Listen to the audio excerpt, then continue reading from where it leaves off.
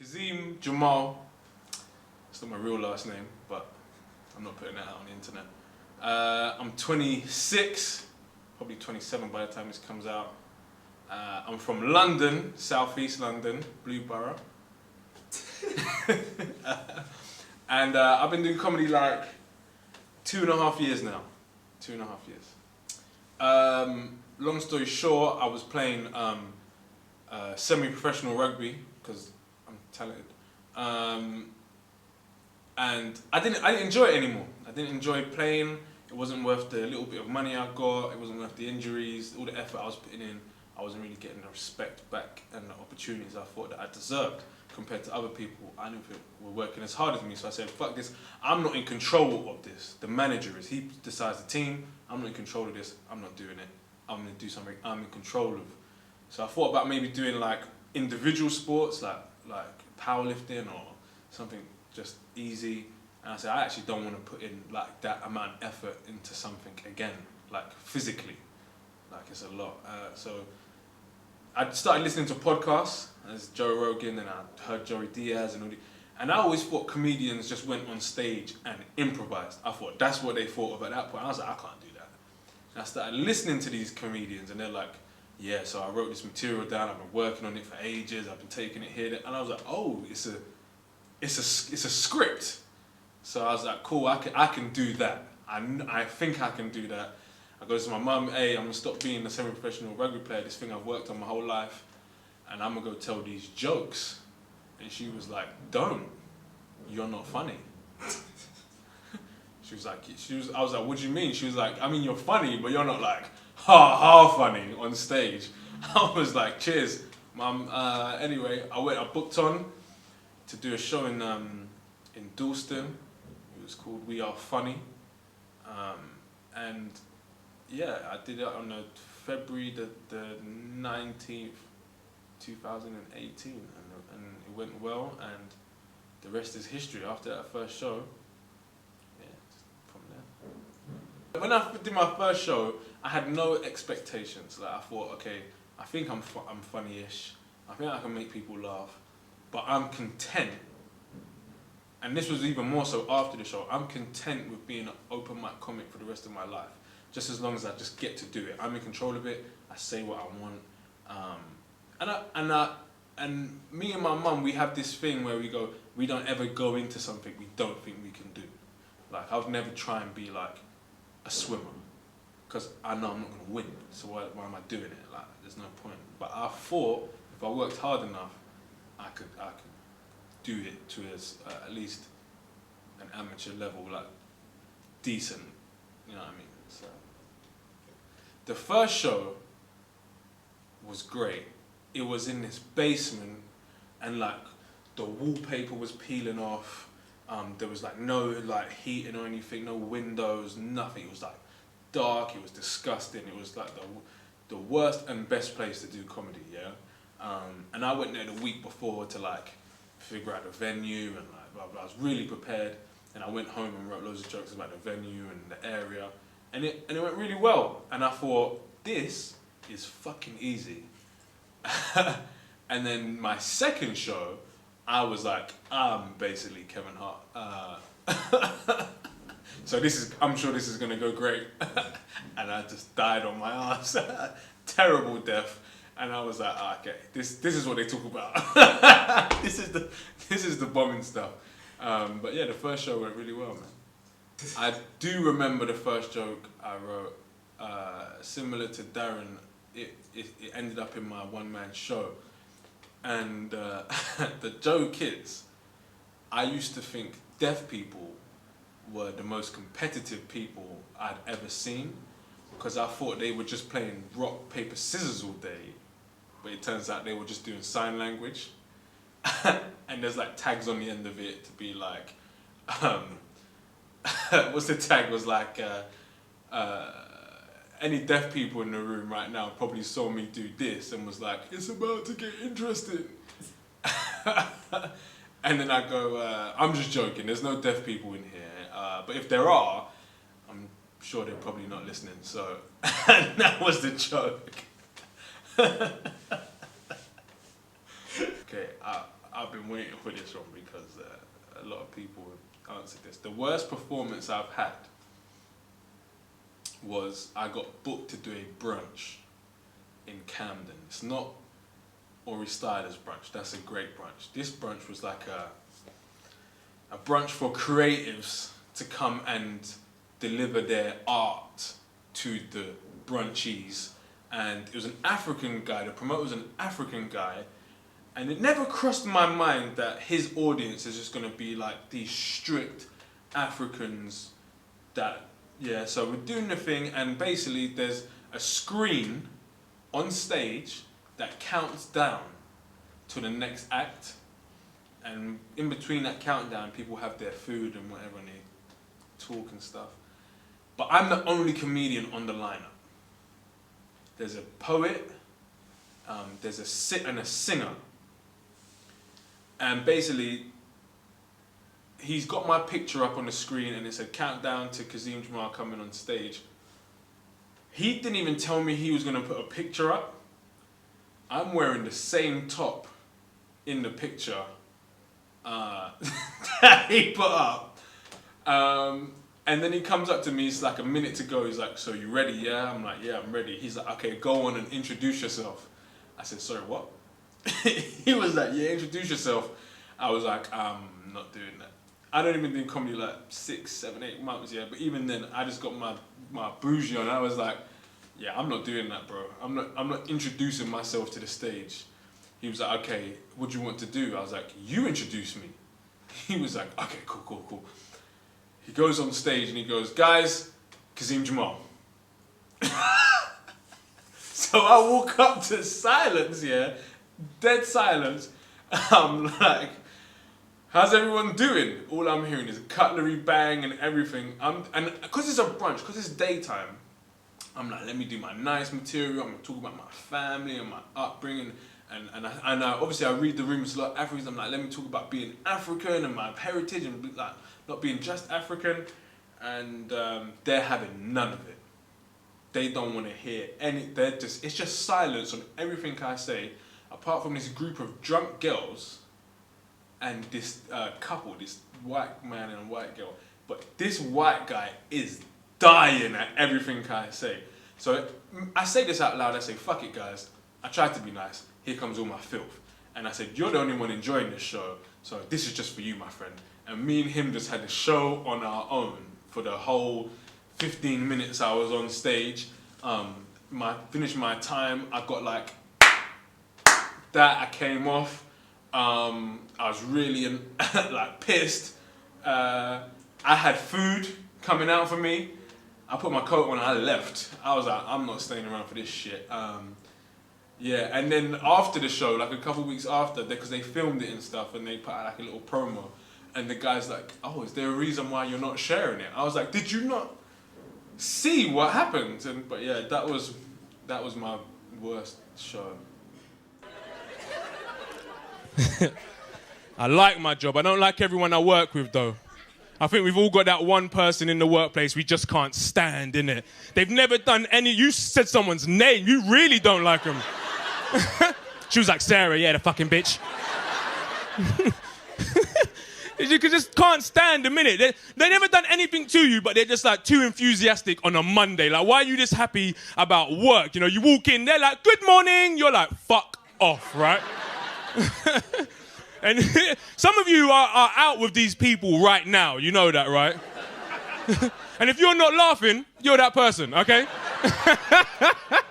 Right? For me, it's this guy named Tom, right? Tom knows I don't like him. I'm mean to him all the time. But every now and again, I try and be nice to Tom. So I said, Tom, I'm going to go make a coffee. Would you like one? He was like, that would be great. I was like, for fuck's sake, Tom. How'd you take it? He was like, milk, 1 sugar. I said, cool, that's how I take mine, so I'm not going to forget. So I'm in the kitchen, I'm making the coffees. I make mine first. I put in the milk and in the sugar, and I put it to the side. And then I make Tom's, and I put in the milk, the sugar. Nah, fuck Tom. You don't know him, man. Stop judging me. Fuck Tom. That's what I say, man. The worst heckle I've had wasn't really a heckle. Basically, let me do the long story short. We're at a show at a place in Shoreditch. Name does not need to be mentioned, but if you know, you know. If you've been there, you know that's where dreams go to die. And basically, there's two girls in the audience, and they're loud throughout the whole show. And they're stepping on people's punchlines, they're ruining people's sets and stuff like that, you know what I mean? And they're rowdy, no one's really putting them down. They're kind of like, the host is like, listen, be quiet, they're not really respecting it, they're running to the toilet, screaming. And me and Filio Huff were on the lineup as well, so we kind of sat down like two evil geniuses and be like, so how are we gonna deal with these two females? So he goes up first, and he I'm not gonna repeat what he said, but he said some shit, kind of like set him back. But then they're not in the mood to be like put down. They're not. It's not gonna affect them. So, but he said something, and there's a DJ on stage, and when he said it, he played the Godfather music. That's how much of a good put down it was. So I was like, alright, fuck, I'm gonna need to. If it comes to, I need the Godfather music. That's like the level now. I need the Godfather music. So I go on stage, I've got all this relationship material, so I go, who's in a relationship? People go, yeah, no, blah, blah. And then like 2 minutes after that, this girl goes, oh, I'm in a relationship. And I go, well, the question was like 2 minutes ago, what's your problem? She was like, oh, I was having a conversation. I was like, you've been having a conversation the whole night. And she was like, yeah, but I'm in a relationship. I was like, no, you're not. Why are you lying? You're not in a relationship. It's like, if you're in a relationship, I feel sorry for your boyfriend, doesn't it? It's like, if I was your boyfriend, I would cheat on you. He's definitely cheating on you. I would cheat on you. And I wouldn't even care. I would come home with the condom still on my dick. That got a massive crowd reaction. She's like, you're fucking arsehole, blah, blah, blah, blah, blah. And she carries on shouting, and then I go, guys, this girl's been talking the whole night, and do you want to know why? I know why. It's because she's not used to being out this late without a dick in her mouth. Gets another reaction. She stands up with a glass and goes, I'm gonna throw this glass at you, then what are you gonna do? And I said, well, I'll probably throw it back, but I'm afraid it might fall into your pussy. That was it, game over. Like, my mate Dino stood up from his chair, he ran out, she threw the glass at me, she threw 2 glasses at me. Security was called, the DJ packed up his set, he was like, I'm not working in this hostile environment. Hopefully I might be able to cut it into this, so it was a mad night. She ended up staying, we ended up not becoming friends, but she became an alright person after that. But yeah, that wasn't really a heckle, but it was like the most craziest thing that's ever happened to me. It's difficult to be a comedian. It's difficult to be a comedian. The performing aspect and the writing aspect is not the hardest part. That's probably like writing good jokes isn't easy. But if you're good, then that's not really, you know you can write a good joke. You might lack some inspiration at times, whatever. And going up on stage, after you, not in an egotistical way, but after you've gone on stage and you've made like a room 100 people laugh or 300 people laugh, like consistently, you go, I can make people laugh. I'm not where I want to be and blah, blah, blah. But the hard part is going all the way to Nottingham or Cardiff or whatever. Like me and Darren were doing a tour, and it's going all this way, and you're excited on the way, and on the way back, you've got this 3-hour journey, and you're like, 10 minutes. I went all that way for 10 minutes. And that's like the realization. It's like, imagine you went all that way to meet a girl to have sex with, and you came in 30 seconds, and then you have to go home straight away. Like, you'd be like, 30 seconds, that's it. Like, those parts, like and relationships sometimes suffer because, to me, nothing matters more, apart from like close family and friends, but nothing matters more than this. I'll drop anyone out. If someone was like this sort of comedy, like even my own son, I don't have one, but I'd be like father, like son, innit? I'd be like, well, you got to go, because I love this more than you, son. It's obviously a joke. I hope. We'll see when my child arrives one day.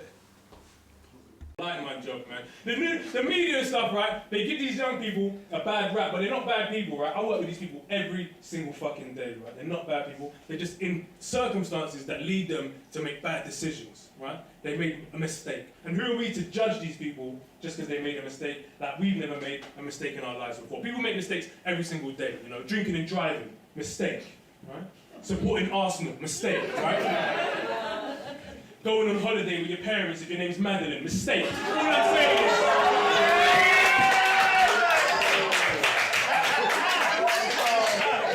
Some people are shaking their heads at me. Did you help look? Did you help look? Did you help look though?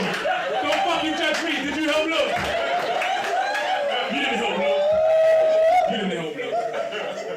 It's made a few bad mistakes, man. End goal in comedy is to just basically survive. Not even survive, to live comfortably off of comedy. Like to have my bills paid, to be able to go on holiday and whatever, and to be able to buy clothes, provide for my family whenever I get one, if I get one, if I stick around for them. You know, to just have comedy's my job, and the stuff that comes with comedy. My podcast or our podcast is successful and like I can write scripts and pitch them. Some of them get taken up and greenlit to go and stuff like that. The other stuff, the world tours and all of that stuff, that's all great, but like that's few and far between. Is that something I would love to do? Of course, but that's not what I'm in it for. You know what I mean? That's my end goal is to just be able to do comedy until I die. My comedy style would be honest. I push the boundaries. It's a mix between of did this guy just say that, and probably like, ah, that's probably a mix between my comedies. I can't really contextualize it in words, but like that's what it probably is. Like, can't believe he just said that. Oh my God, he's got a heart. The first time I got paid, it felt amazing. I've been here while other comics have answered their questions, and they all talk about £5, $45, whatever the fuck. I got paid £150. I'm just gonna let that sink in. I got paid £150. I'm looking directly into the camera. All in £50 notes on New Year's Eve. And then my friend said to me, for that 15 minutes that you did, you got paid at the same rate as Tevez when he was at Manchester City. So yeah, it felt great. It just lets you know, like, hey, someone's willing to pay you for this, and you know, and this is me now. I didn't even have a rate, but you know, if I'm a Dane Baptiste, I can only imagine what their rates are. So like, hey, someone's willing to pay you for this. This could be a viable job for you, man. Best moment to date is putting together my hour, and so my best moment to date is putting together my hour and doing the hour and having like packed out room, sold out, brilliant, everything. But I did a work in progress show about a month before, and I told the last story on that special or whatever you want to call it. Told a story about how my mum saved my life. And this is why I say my style's between like, he's an arsehole, no he's not. Because throughout the whole thing I talk about my life and blah, blah, blah. But at the end of that story, a woman in the front row burst into tears. And she was like, your story just touched me. And that's when I thought, okay, cool. I'm not just an arsehole on stage. I can actually make people feel a range of different things. Like, he's a dick, oh, that's pretty funny, that's dumb, don't find that funny. Oh, that made me feel something. So those two things interlinked was the best moments. The only thing I like about getting on a train, right, that's seeing people miss the train. Oh my fucking God. Oh, that makes me happy in here, yeah? When I see that shit, I know I'm gonna have a good day. You know when it goes, bah, bah, bah, bah, bah, and it shuts in their face? Oh my God. Love. You ever seen the faces of the people that just missed the train as well? They run, the door's shut, and they go, is that my fucking train? Yeah, it was my fucking train. Didn't want that train anyway, fuck you. Love that, man. I remember one time, right, I just made it onto the train, right? Just made it on, door shut right behind me, right in this girl's face, yeah? I turned around and I laughed at her, yeah? And then later on that day, right, she fucking broke up with me, you know what I mean? It's just, don't know what she wants, man. Favorite comic for me, like, my biggest influence, I would say, is Ricky Gervais. Because, and this is like Ricky Gervais now, and Ricky Gervais from his TV shows and what he creates. His early stand-ups, okay, but you can tell that he doesn't really give a shit about it. Now, he's openly admitted that this is his number one thing, stand-up, because it's the freedom of speech, and you know, he's a big advocate of that. And just like his writing, especially his stand-up and his personality on stage, I feel like he gets away also with a lot of the stuff he says because of the way he says it, and because of his smile and his laugh and stuff like that. And I've had someone say to me before, you shouldn't get away with the things you say, but the way you say it, you can't be mad at you for saying it. And one thing I took on board that Ricky once said is that if you're going to write a joke, make sure that that's going to maybe offend somebody, make sure the joke is bulletproof. So it was a joke I told last night. I'm not going to say it because I want to be on something, but the topic of the joke is very touch and go at the moment. But the target of the joke is completely different. But people hear the topic and then they get offended before they even heard the joke. So writing a joke that's bulletproof that you could later on go, hold on a second, guys. This is one, funny. Two, it doesn't actually offend anyone. You're just getting emotional because you just heard me say a word or a demographic before, and that's it. That's all you've heard. For like, you just heard me say, for example, Black Lives Matter, and then someone instantly is going to go, all lives matter, but you haven't even heard what I've said. You've just heard that. So that's why Ricky Gervais is a big influence to me and my favourite comic. But the normal guys, Chappelle, Patrice, Dion Cole is a big influence. But I'll always say as well, my favourite people to watch are the people I gig with on the circuit, the people that people don't know that are hilarious. All right, those guys are my favourite comics, and those are the guys and girls that I want to like impress and want to hear what they got to say, because it makes me laugh, and we got all these inside jokes as well that the audience do not laugh at. It's just us, but we say them on stage just for us. It's the best.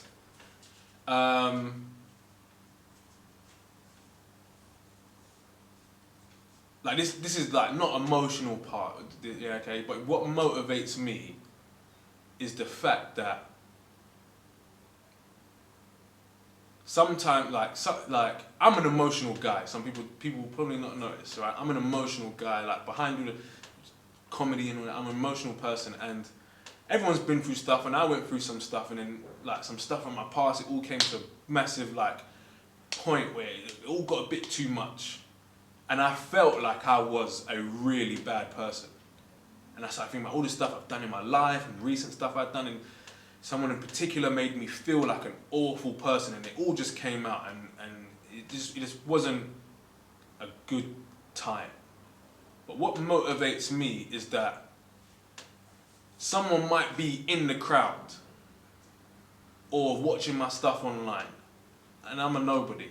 But they might find it and they might see it and they might be going through something. And I'm talking about it, and I'm not going to hold back on stage about what I'm going to talk about. And they might see it and be like, oh yeah, he's just like me, or I'm not an arsehole, or I'm not a bad person, or it's okay to make this mistake, or whatever, blah, blah. And like one of the most things that like inspires me is the scene in Scarface where he's in the restaurant. And he's like, if I'm the bad guy, like, what does that make you guys? at least I'm okay with who I am. And then I got to this realization, like, I'm okay with who I am, and I'm just motivated to just be me, on stage, off stage, and just be okay with who I am and present, this is who I am, man, fuck it. What's next for me is starting an OnlyFans page, because comedy's, we're in a pandemic right now, because I'm an artist. At the end of the day, I'm an artist, and all art is art, you know what I mean? So go on my OnlyFans page.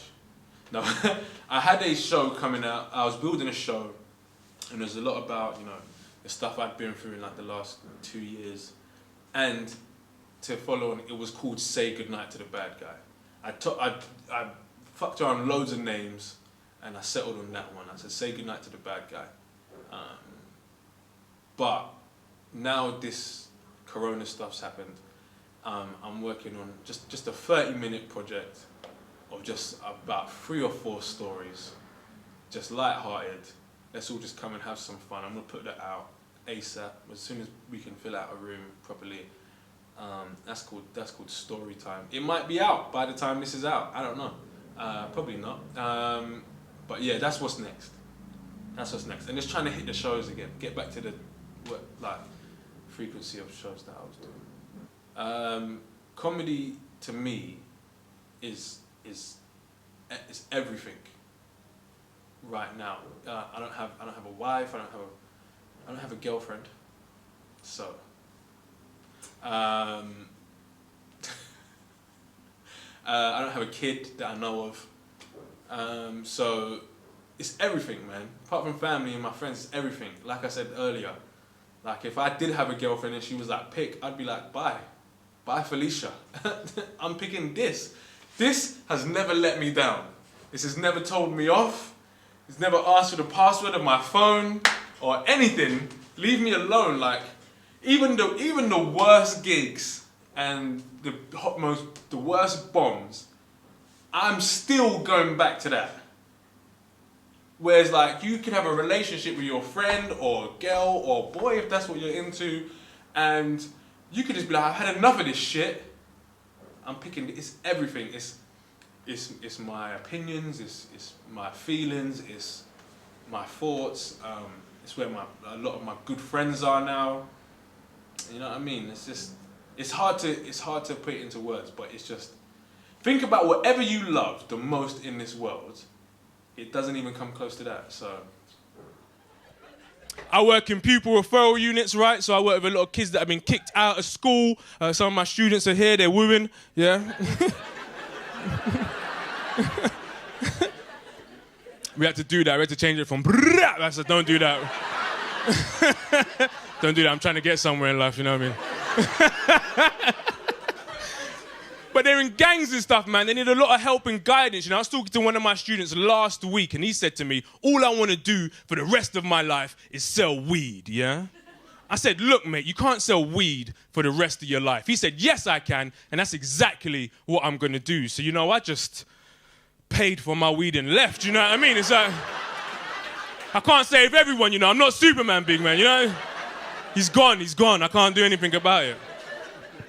Well, I turned Netflix down for what they did to Monique.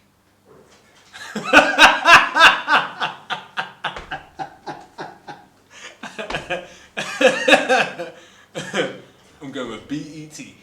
BET specials. Now, listen, Netflix, that was just a joke. That's how funny I am. I would take 500,000. I'd tell you that for free. I'd take 100. I'd take 10K, bro. Let's go. Let's do this. Netflix special. I would film it, and I would film it at Hackney Empire. This is what I always said. And people are like, really? We want to do like an arena? No. Hackney Empire. I don't know what it is about that place. Anytime I've gone to watch Mo there, I've gone to watch Chappelle there. I was meant to open for somebody there this year, but, you know, pandemics and that. But Hackney Empire, it's got like this nostalgic feel. It's like, I don't know. That's to me, that's my Wembley, or that's my theatre of dreams, or whatever. It's like, that's, oh shit, like, you've done that. That's what it is to me. It would be Hackney Empire. And the name of the show would be between two things. This might be a long title, but I want to call it Commiserations to My Ex-Chick. You could have had it all. I made it. That last bit is just like my inner thoughts. It'll be commiserations to my ex-chick, but that because you fucked up. So no one asked you to go in my phone. What the fuck is wrong with you? That's how I was fucked up, man. She went in my phone. Anyway, or I would call it sarcasm, but spelled SARKAZ''M. Philo's not impressed with any of these show titles. His one's plagiarized, so his title's plagiarized. Yeah, maybe that. But yeah, that's what would be. There you go. That's it. Fantastic. Shall I do my WhatsApp or what?